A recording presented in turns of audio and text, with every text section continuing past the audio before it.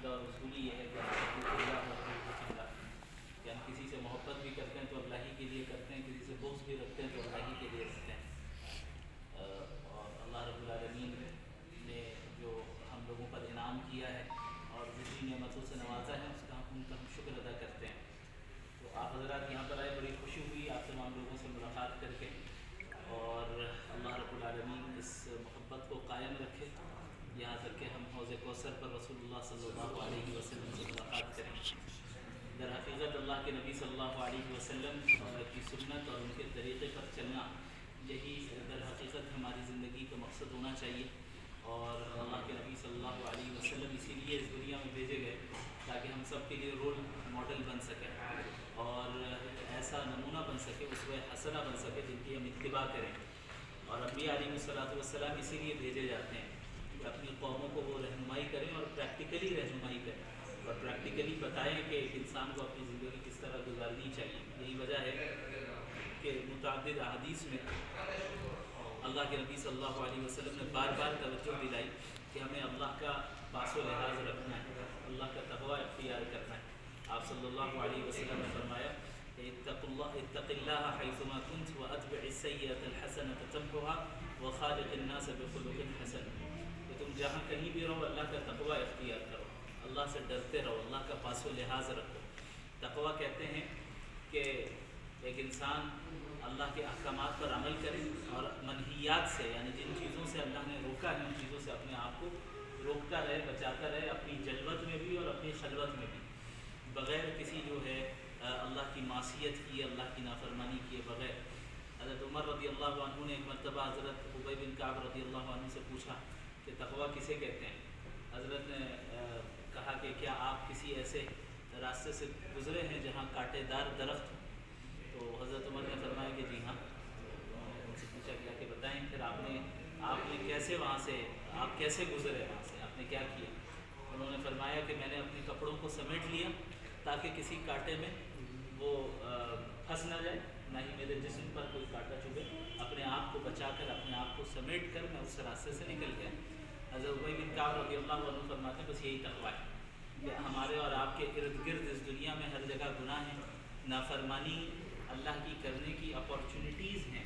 ہر موقع پہ اپنے ایمان کو اور اپنے آپ کو بچا کر، اپنے آپ کو سمیٹ کر، گناہوں سے بچا کر وہاں سے نکل جانا، یہ در حقیقت اللہ کا پاس و لحاظ رکھنا ہے۔ دوسری چیز کہ وَأَتْبِعِ السَّيِّئَةَ الْحَسَنَةَ تَمْحُهَا، کہ اگر تم سے کوئی گناہ سرزد ہو جائے تو فوراً کوئی نیکی کا کام کر لو، وہ نیکی کا کام پچھلے گناہ کو مٹا دے گا۔ اللہ تعالیٰ کا یہ بڑا احسان ہے کہ اللہ رب العالمین نے ہماری مغفرت کے لیے متعدد اپارچونیٹیز رکھی ہیں۔ یہ اللہ کے انعام کا، یہ اللہ کی جو ہے رحمت اور اس کی شفقت کا، یہ اس کی نشانی ہے، اس کی علامت ہے کہ اتنے مواقع ہمیں دیے ہیں اللہ نے کہ ہم اگر شمار کرنا چاہیں تو شمار نہیں کر پائیں۔ آپ جو ہے احادیث پڑھیں تو آپ کو اندازہ ہوگا کہ حدیث میں آتا ہے کہ بھئی ایک انسان رکوع کرتا ہے تو گناہ معاف ہوتے ہیں، سجدہ کرتا ہے تو گناہ چڑھتے ہیں، ایک انسان جو ہے اللہ سے دعائیں مانگتا ہے تو اللہ اس کے گناہ کو معاف کرتا ہے۔ تو کتنی ایسی اپارچونیٹیز ہیں، ایسے خاص مواقع، خاص مقامات، خاص اعمال جن کو کرنے سے اللہ گناہوں کو معاف کرتا ہے۔ انہی میں سے یہ ہے کہ ان الحسنات یذہبن السیئات، کہ ایک انسان جب نیکیاں کرتا ہے تو وہ نیکیاں گناہوں کو مٹا دیتی ہیں۔ پھر اس میں علماء کی تفصیل ہے اس کی تشریح میں کہ بھئی وہ گناہ صغیرہ ہیں یا کبیرہ ہیں۔ بہرحال ایک انسان اگر توبہ کرتا ہے تو صغیرہ کبیرہ دونوں گناہ معاف ہوتے ہیں، ورنہ عام حالات میں جو ہے نیکیوں کے ذریعے جو گناہ معاف ہوتے ہیں وہ صغائر ہوتے ہیں۔ تو ہم انسان گناہ گار ہیں، کل بنی آدم خطاؤن وخیر الخطائین التوابون، ہر انسان جو ہے گناہ گار ہے، خطا کار ہے۔ اللہ نے کہیں پورے قرآن میں آپ دیکھ لیں جہاں جنتیوں کا ذکر ہوتا ہے، کہیں یہ نہیں کہا کہ جنت میں صرف وہ جائے گا جس نے کبھی زندگی میں ایک گناہ بھی نہ کیا ہو، بلکہ جب جنتیوں کا ذکر ہوا تو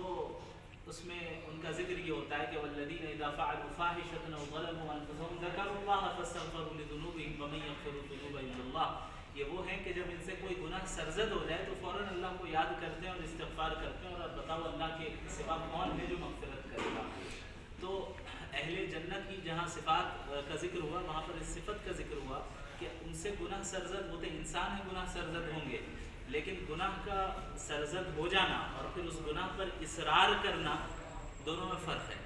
ایک انسان سے گناہ سرزد ہو جائے اور فوراً اللہ کی طرف رجوع کر لے، توبہ کر لے، یہ مومن متقی انسان ہے۔ لیکن گناہ ہو اور پھر بار بار اس گناہ پہ اصرار کرے اور پابندی کے ساتھ اس کو کرتا چلا جائے، یہ در حقیقت اللہ کی کھلی نافرمانی ہے۔ لہٰذا ایک انسان سے جب بھی کوئی گناہ سرزد ہو جائے فوراً کوئی نیکی کا کام کر لے۔ اللہ نے فقیر نبی صلی اللہ علیہ وسلم فرمایا کہ اتبع السیئۃ الحسنۃ تمحوها، کوئی گناہ سرزد ہو جائے کوئی نیکی کا کام کرو تاکہ وہ نیکی کا کام گناہ کی معافی کا ذریعہ اور کفارہ کا ذریعہ بن جائے۔ تیسری چیز وخالق الناس بخلق حسن، لوگوں کے ساتھ اچھے اخلاق سے پیش آؤ، اچھے انداز میں پیش آؤ، ان سے اچھے انداز میں گفتگو کرو، اپنے اچھے اخلاق کا مظاہرہ کرو۔ نبی کریم صلی اللہ علیہ وسلم تشریف لائی اس دنیا میں تاکہ اخلاق کے معیار کو بلند کریں اور اخلاق کی تعلیم دیں۔ انما بعثت لاتمم مکارم الاخلاق، کہ میں مکارم اخلاق کو مکمل کرنے کے لیے بھیجا گیا، یعنی اخلاق کے جو سب سے نوبل کوالٹیز ہو سکتی ہیں انسانوں کی، ان کو مکمل کرنے کے لیے میں بھیجا گیا۔ اور اخلاق ایک ایسی چیز ہے جس کی طرف عموماً توجہ بہت کم ہوتی ہے۔ ہم یہ سمجھتے ہیں کہ دین کا نام صرف روزہ، نماز اور چند اذکار اور وظائف کو کر لینے کا نام دین ہے، اور پھر ہم لوگوں کے ساتھ بد اخلاقی سے پیش آتے ہیں۔ یہ طریقہ بہت غلط ہے، بلکہ اخلاق کی اتنی زیادہ اہمیت ہے کہ اللہ کے نبی صلی اللہ علیہ وسلم نے تو یہ بھی فرمایا کہ تم میں بہترین شخص وہ ہے جس کے اخلاق سب سے اچھے ہوں، اور آپ نے فرمایا کہ قیامت کے دن جو سب سے بھاری یعنی عمل ہوگا جس سے انسان کو نفع پہنچے گا وہ اچھے اخلاق ہوں گے۔ تو اچھے اخلاق کے ساتھ اپنے گھر والوں کے ساتھ بھی پیش آنا، اپنے دوستوں کے ساتھ، رشتہ داروں کے ساتھ، اور جن کے ساتھ بھی ملاقات ہو ان کے ساتھ اچھے انداز میں گفتگو کرنا، اچھے انداز میں ان سے ملاقات کرنا، اور لوگوں کو متنفر نہیں کرنا بلکہ لوگوں کو بشارت دینا، خوشخبری دینا، اور لوگوں کو حتی الامکان دین سے قریب کرنے کی کوشش کرنا، یہ در حقیقت ہر ایک مسلمان کی ذمہ داری ہے۔ اس چھوٹی سی حدیث جو مختصر الفاظ ہیں، ان میں اگر ہم غور کریں تو اس میں ہم دیکھتے ہیں کہ پورے دین کو اللہ کے نبی صلی اللہ علیہ وسلم نے سمجھ لیا اور گویا کہ پورے دین کا خلاصہ بیان کر دیا۔ جہاں تقوی کا پہلے ذکر ہوا اور اللہ کے پاس و لحاظ رکھنے کا ذکر ہوا، اس کا تعلق حقوق اللہ سے ہے، اور پھر جہاں گناہ سرزد ہو جائے وہاں انسان نیکی کرے، اس کا تعلق اپنے نفس کے حق سے ہے۔ ایک انسان کے نفس کا اپنا یہ حق ہے کہ وہ اپنے آپ کو ظلم سے بچائے، گناہ سے بچائے، نافرمانی سے بچائے، کیونکہ ایک انسان جب گناہ کرے گا تو اس کا عذاب اسی کے اوپر آنا ہے، تو وہ اپنی جان پر ہی ظلم کر رہا ہے۔ تو ہمیں اپنے نفس کے حق کو بھی ادا کرنا، اور ہمارے نفس کا حق یہ ہے کہ ہم اپنی جان کو جہنم کی آگ سے بچائیں۔ ہمارا یہ حق ہے، ہمارے نفس کا، ہماری جان کا، ہمارے اوپر یہ حق ہے کہ ہم اپنے آپ کو اللہ کی نافرمانی سے بچائیں اور عذاب سے بچائیں۔ اور اخیر میں اخلاق کا ذکر کر کے اللہ کے نبی صلی اللہ علیہ وسلم نے در حقیقت حقوق العباد کی طرف متوجہ کر دیا کہ تمام انسانوں کے ساتھ اچھے انداز میں پیش آؤ اور لوگوں کے حقوق کو ادا کرو۔ تو حقوق اللہ، حقوق العباد اور اپنے آپ کے جو حقوق ہیں، ان تمام چیزوں کو اگر آپ جمع کریں تو وہی دراصل دین ہے۔ دین نام ہی ہے حقوق کی ادائیگی کا، اب چاہے اس کا تعلق اللہ سے ہو یا بندوں سے ہوں، جتنے احکامات ہیں اور جتنی تفصیلات ہیں ان تمام چیزوں میں، اگر سب کا خلاصہ ہم دیکھیں تو یہ کہا جا سکتا ہے کہ دین نام ہے حقوق کی ادائیگی کا۔ اللہ رب العالمین ہم لوگوں کو سمجھنے کی توفیق عطا فرمائے، صحیح معنی میں دین پر عمل کرنے کی توفیق عطا فرمائے، اور نبی کریم صلی اللہ علیہ وسلم کی سنت کے مطابق زندگی گزارنے کی توفیق عطا فرمائے۔ اصل چیز یہ ہے کہ ہم اس دنیا کی حقیقت کو سمجھیں، اور جس دھارے پر اس وقت کی دنیا چل رہی ہے اس پر ہم غور کریں کہ کیا صحیح معنی میں وہ اللہ کے دین کے مطابق ہے، اللہ کے دین کے نہج پر ہے، یا اس کے مخالف ہے۔ آج پوری جو بھاگ دوڑ ہو رہی ہے وہ صرف پیسے کمانے کے لیے ہو رہی ہے، صرف جو ہے اپنی لائف اسٹائل کو بہتر سے بہتر بنانے کے لیے ہو رہی ہے۔ ہمیں در حقیقت دنیا میں پھنسا دیا گیا۔ انما هذه الحیات الدنیا متاع وان الاخرۃ هی دار القرار، یہ ہمارا عقیدہ ہے کہ یہ جو دنیاوی زندگی ہے یہ وقتی جو ہے گھر ہے اور دھوکے کا گھر ہے۔ یہاں